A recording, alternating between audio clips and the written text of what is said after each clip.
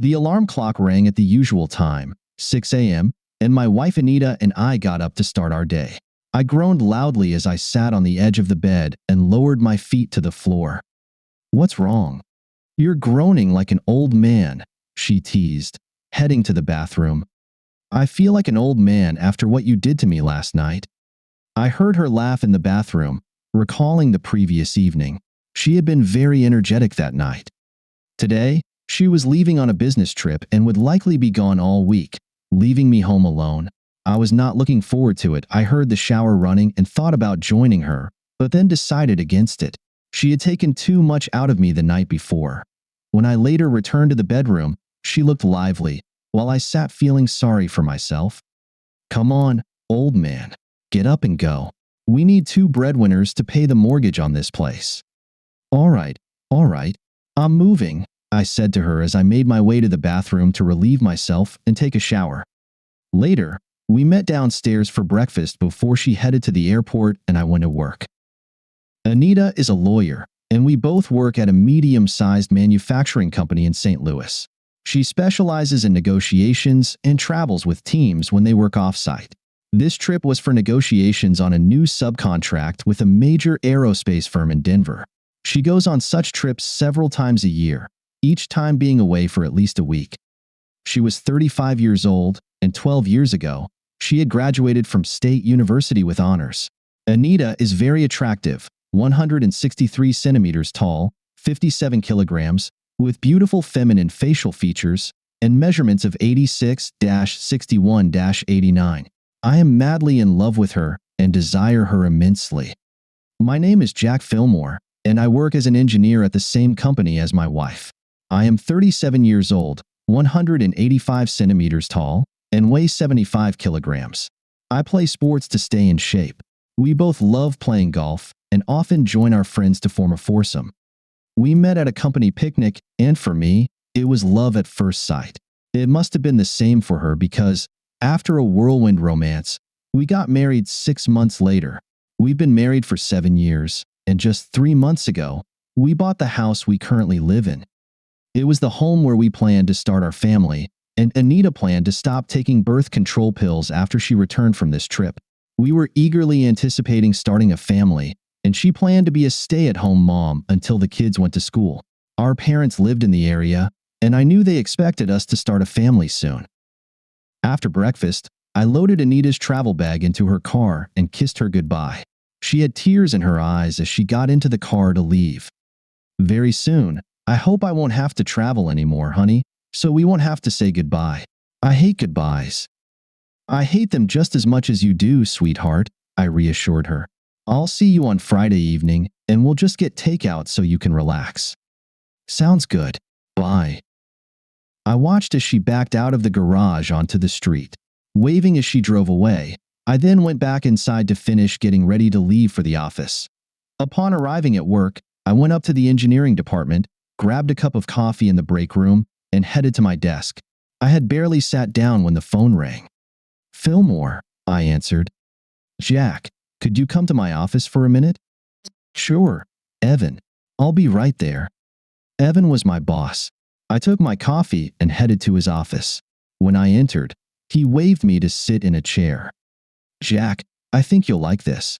I remember you told me last Friday that Anita would be traveling this week, so I have a little trip for you if you're interested. Gil Hawkins, our maintenance engineer in California, is sick and can't handle a problem our client in San Jose is having with one of our models. You have more experience with this model than anyone else, so would you like to go to San Jose and check it out?" "Well, there's nothing special going on here right now, and you're right, I'm free this week. So when do you want me there?" "Right away. Let Kathy book your reservation and tickets, call the client to let them know you're coming, and find out what the problem is." "Sounds good. I'll take care of it." I started to feel a bit more enthusiastic about life. I can swing by home, pack my things, and fly out this afternoon. I'll be at the client's place in the morning. All right, safe travels. Stopping by Evan's secretary Kathy's desk, I told her what I needed in terms of flights and reservations, then went to my desk to call the client and determine their issue before heading home to pack. On the way home, I smiled to myself because I had a plan forming in my head. If I finished quickly, I could surprise my wife by stopping in Denver on the way back. The prospect of spending a couple of days with her in Denver was becoming more exciting by the minute. While waiting for my flight at the airport, I called Anita on her mobile phone, but she didn't answer. So I left a voicemail saying I'd be staying with relatives for a couple of days and to call me on my mobile in the evenings. Everything went smoothly. I was at the client site on Tuesday morning, made the necessary equipment adjustments, and by noon, everything was tested and working satisfactorily. Back at the hotel, I called the airline and booked a flight that would get me to Denver by 9 p.m. local time. Checking out of the hotel in San Jose, I headed to San Francisco Airport, where I had dinner. While eating, Anita called me on my mobile, and we talked for a few minutes. She asked how my relatives were doing, and I replied as if I were staying with them. She told me the negotiations were progressing, but that she was tired and planned to have a quiet evening in her hotel room. We said our goodbyes with expressions of love, and after finishing my meal, I boarded my flight. At 9:45, I checked in at the hotel front desk for Anita's suite, and after verifying my identity, I was given a key card to her room. Quietly entering the room, I saw the lamplit above the computer desk with her laptop on it, closed, but no sign of Anita. I placed my suitcase down and peeked into the bedroom, but it was empty, as was the bathroom. Well, I thought, she hasn't returned to her room yet. I'll sit and wait, or maybe go downstairs to check if she's there. Then I noticed the door to the adjoining room was slightly open. I approached it, and it quietly opened on well-oiled hinges. I looked around the living room of the adjacent suite, but saw no one. Perplexed, I stepped into the room and suddenly heard a moan from the bedroom. My gut tightened, and I broke into a sweat as I quietly approached the bedroom door. My heart may not have stopped, but my breathing quickened at what I saw in the dimly lit room. Anita was sitting on the bed, naked, facing me, straddling a man whose face I couldn't see. Her eyes were closed, and she was gently bouncing on him. My first impulse was to rush in and beat the guy half to death, but reason overruled emotion, and I slowly backed away from the door and returned to her room. Opening my suitcase, I took out the digital camera I had brought to take some souvenir pictures and went back to the door of the other bedroom. I turned off the flash and set the camera to low light mode, then calmly stood and took several pictures of the scene on the bed without attracting their attention. They were so engrossed in their activity that they had their eyes closed and were completely unaware of their surroundings. Before returning to her room, I checked the open briefcase on the desk, found a business card, and checked the name. Sam Harris, the lead negotiator for our company. I put the card in my pocket. Returning to her room, I took out the camera-to-computer interface cable that I carried with me and connected the camera to her laptop. Our laptops had the same photo software, so uploading the pictures from my camera and setting one as her desktop background was easy. Then I packed the camera back in my suitcase and quietly left her room. Before leaving, I heard her scream as she climaxed. I nearly broke down right there, but continued walking to the elevator. After returning my room key at the front desk, I called the airline to find out when the next flight to St. Louis was. Luckily, there was a 6:30 a.m. flight that would get me home by 9:30 a.m. If I was fortunate, I thought, that would be around the time Anita would open her laptop at the negotiation table. She would then realize she had been caught, and it would also make it clear to her that our marriage was over. Back at the airport, I checked into a nearby motel where I couldn't sleep, continuously replaying the scene I had witnessed in her hotel bedroom. I cried and let my suffering pour out in tears. When I left the motel at 5 a.m., I was still teary-eyed, my mind focused on ending our marriage as soon as possible. Arriving back in St. Louis, my mobile phone started ringing as I got into the car. Seeing that it was Anita calling, I turned it off and headed home. When I entered the house, the home phone was ringing, and checking the caller ID, I saw it was Anita again. Switching the phone to the answering machine, I listened as she sobbed into the phone. "Jack, please call me right now. I need to talk to you, honey. It's important." I ignored her tearful pleas, got up, changed clothes, then went and rented a truck, and returned home to start packing my things. If my calculations were correct, she would arrive around 4 p.m., and I wanted to be out of the house by then. It took a couple of hours, but I managed to move all my personal belongings to a rented storage unit. Before packing, I called our lawyer and arranged a meeting for the afternoon. After unloading my things at the storage unit, I met with our lawyer and asked him to start the divorce process immediately. I was tempted to cite adultery as the reason for the divorce, but I decided to go with incompatibility and save the adultery claim in case she decided to contest the divorce. I also asked him to draft a new will, naming my brother as the beneficiary. Stopping by the bank, I transferred half of our savings and remaining balances into new accounts solely in my name. Then I called my investment advisor and asked him to do the same with our accounts there. With a heavy heart, I drove to my parents' house. Taking my suitcase with me, I walked through the open door. My mother saw me first and exclaimed loudly, "Jack, where have you been? Anita has called here several times looking for you. Did you tell her you were staying here?" My father, who was already retired, came in, and I sat down at the table and explained everything to them. They were shocked when I told them about Anita's infidelity and that our marriage was over. I asked if I could stay with them for a few days until I found a furnished apartment, and they agreed. I think my calculations were pretty accurate because around 6 in the evening, as we were sitting down to dinner, there was a knock on the door. My father got up to answer it, and a minute later, he returned with Anita behind him, looking very upset. "Jack, why haven't you been answering my calls? I needed to talk to you. You moved all your things out of the house. I think the message I left for you on the desktop will tell you everything you need to know."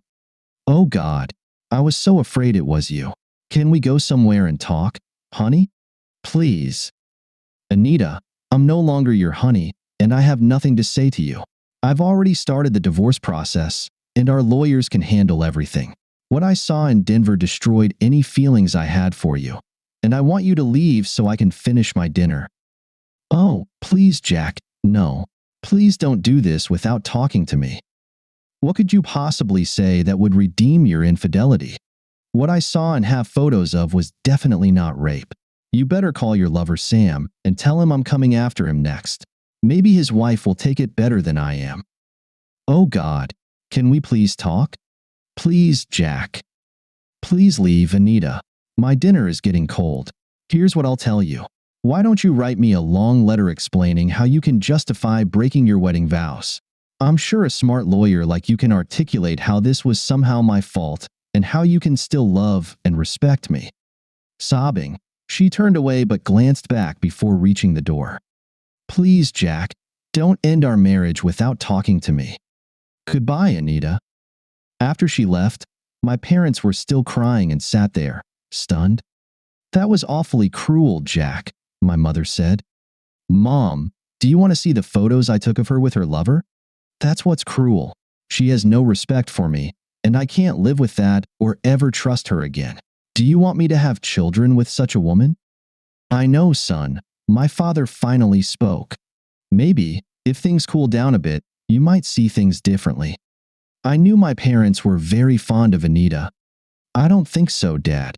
Let's talk about something else so I can digest my food." "All right, son." Anita.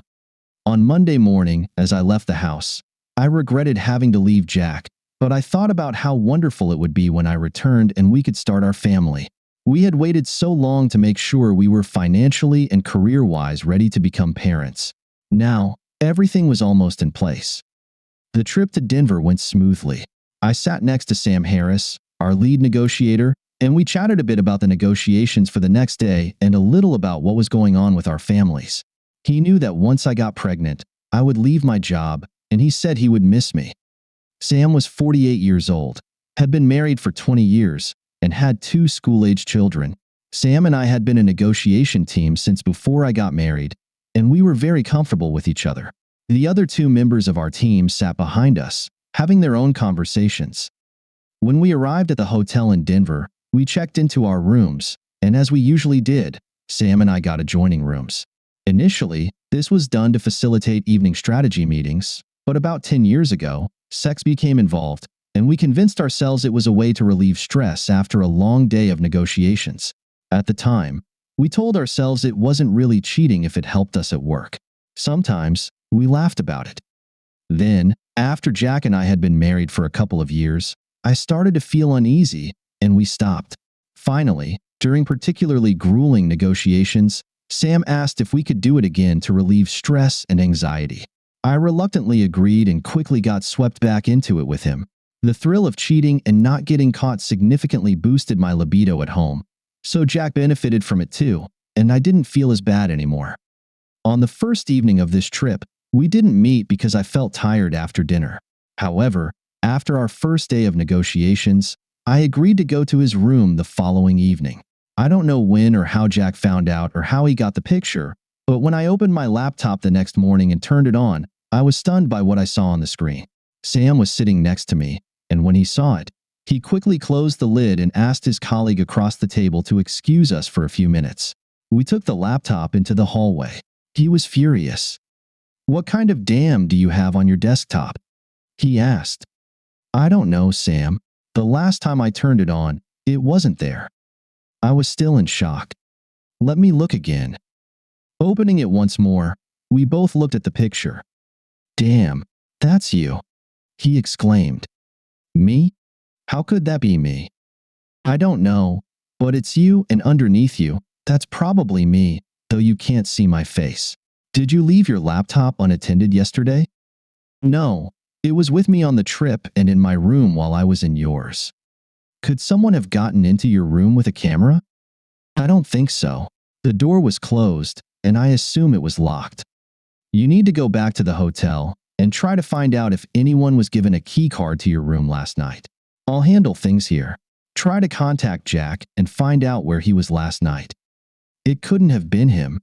I talked to him last night at his relative's place." "Did you call him on his relative's phone?" "No, he asked me to call his mobile." "Oh, no.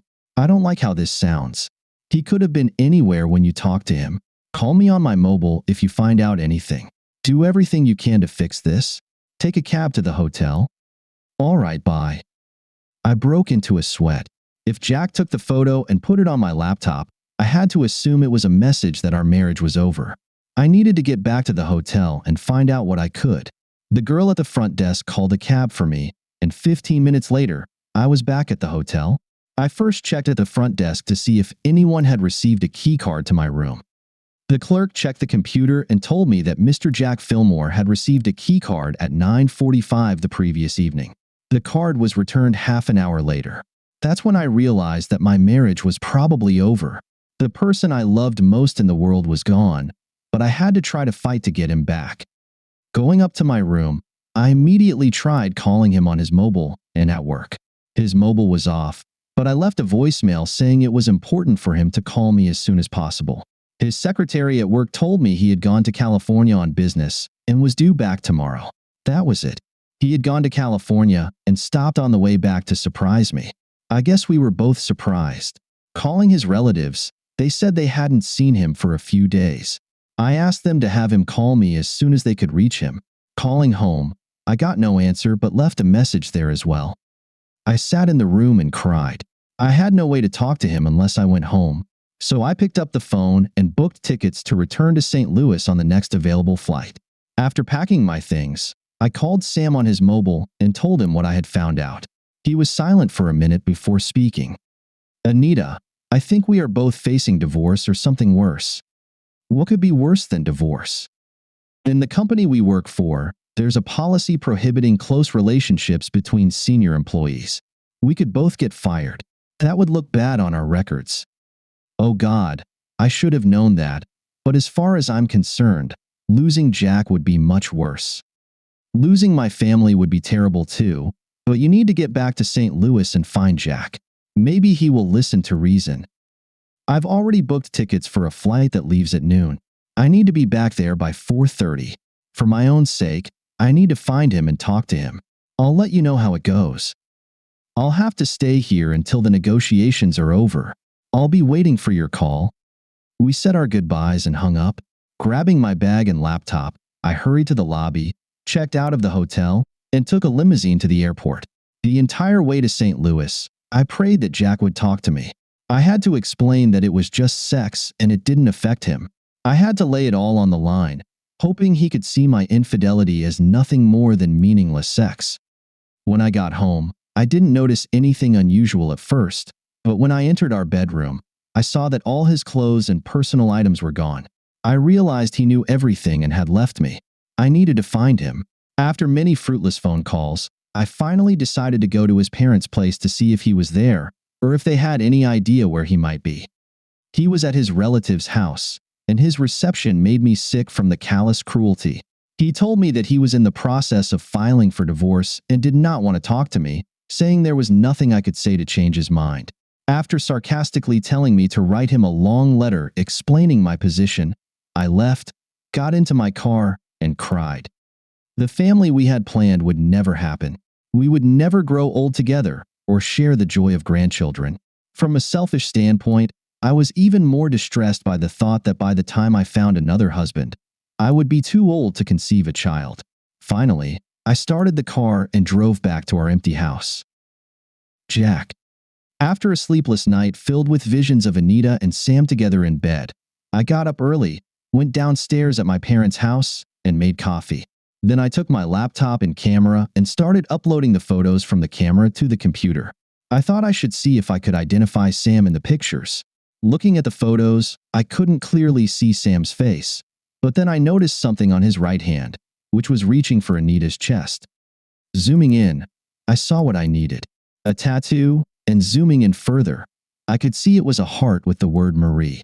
Sam's wife's name was Marie. That was all I needed. So I went back upstairs, took a shower, and got ready for work. When I came back down, my mom was already up and making breakfast. Later at work, I burned several CDs with the photos I had taken, including the one showing Sam's tattoo. I also printed several sets and put them all in a folder. Then I went to our HR department and asked for a meeting with the manager. Eventually, Phil and I met. Our company wasn't that big, and we played golf together. I took a set of photos from the folder and laid them out in front of him. "What are these, Jack? Pornographic photos?" He smirked. "Sorry, Phil, they might look pornographic, but that's my wife and Sam Harris, and the date and time stamps show they were taken on Tuesday evening in Sam's hotel room in Denver. They were there on a business trip for the company." "Damn, Jack, I'm really sorry. What do you want me to do?" "You can fire them both for violating the company's code of conduct clause in their contracts. We've never enforced that before. Are you sure you want to go through with this? It will bring their affair to light. I suppose this means you're planning to divorce Anita because of this?" "I've already instructed my lawyer to prepare the papers, but if you don't act on this, I'll sue the company." "All right, Jack. I'll refer this to our legal department and get the process started. Then I want to see my boss, Evan, to tell him what was happening in my life." He was appropriately horrified by what I told him about my wife and Sam Harris. When I asked for the rest of the week off as vacation, he readily agreed. Before I left, he congratulated me on the good work I had done during my trip to California.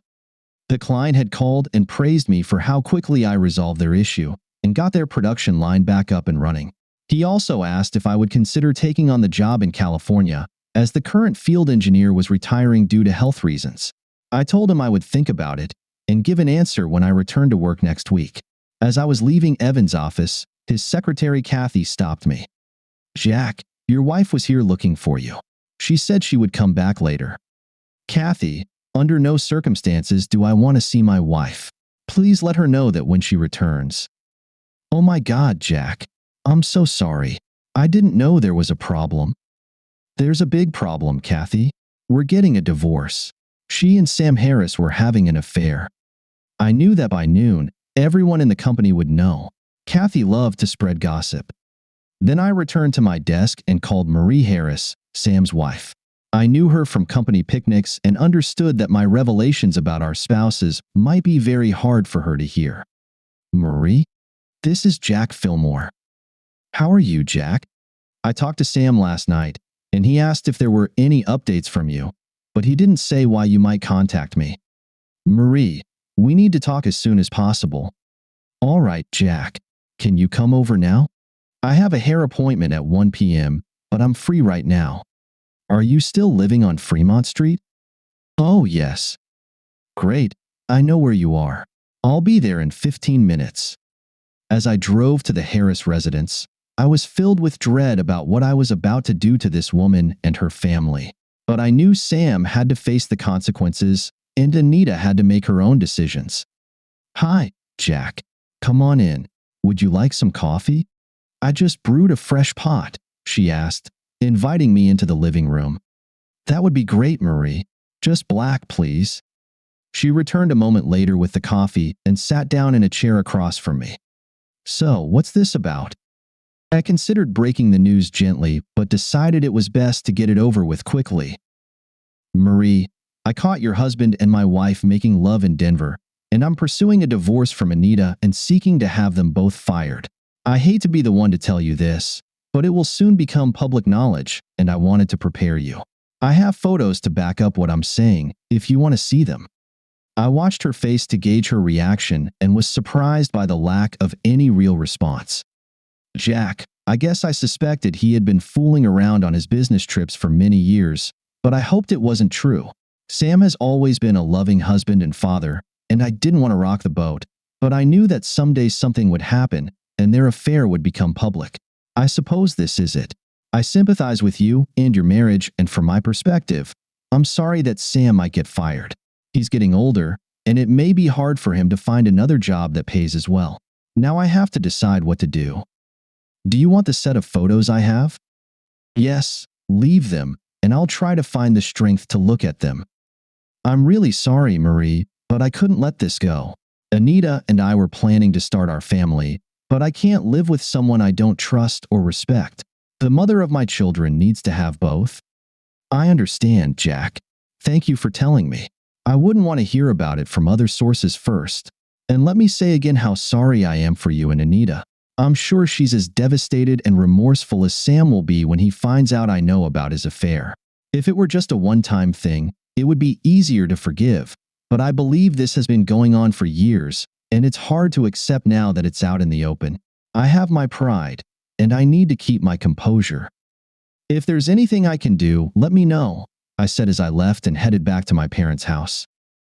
It's been 6 months since I initiated the divorce process. This morning, I received a copy of the divorce settlement agreement with Anita. I never spoke to her or saw her again after she came to my parents' house. My lawyer handled everything. I gave her the mortgaged house with the expensive furniture and furnishings to waive all claims against me. Additionally, I removed my name from the mortgage. She took full responsibility for the payments. Of course, without a job, she had to put the house up for sale, and she lost money on the deal. She tried to contest the divorce, but I threatened to change the grounds to adultery and post the photos of her and Sam online if she didn't sign the papers within 48 hours. She signed them within the required time, and so today, I'm a free man. I guess she decided she didn't need me that much after all. In any case, she was fired from her job, but being a smart lawyer and negotiator, she found another job within a month, not earning as much and without the benefits her tenure provided at the old job, but I heard she's managing and dating again. Good luck to her new guy if she finds one. I wonder if she told him about our divorce and its reasons. Maybe I should enlighten him? Marie divorced Sam and cleaned him out financially. He also found another job after being fired, but he's struggling to pay alimony and child support on his new salary. I currently live in Santa Maria, California. It's a quiet place near the coast, halfway between the Bay Area and Los Angeles. This location allows me to work in both the southern and northern parts of the state. I moved here about 4 months ago and rent an apartment in a complex with other singles and young couples, most of whom are trying to save money for a down payment on a house. Housing here is expensive, and it takes a lot of money to buy on the market. I have a steady girlfriend who lives in the same complex. She is divorced, like me, but we are comfortable together, and I think we will see how things progress in the future. Since I travel so much, I really need to trust the person I marry, but I need to take that step before too much time passes if we want to start a family. Biological clocks keep ticking.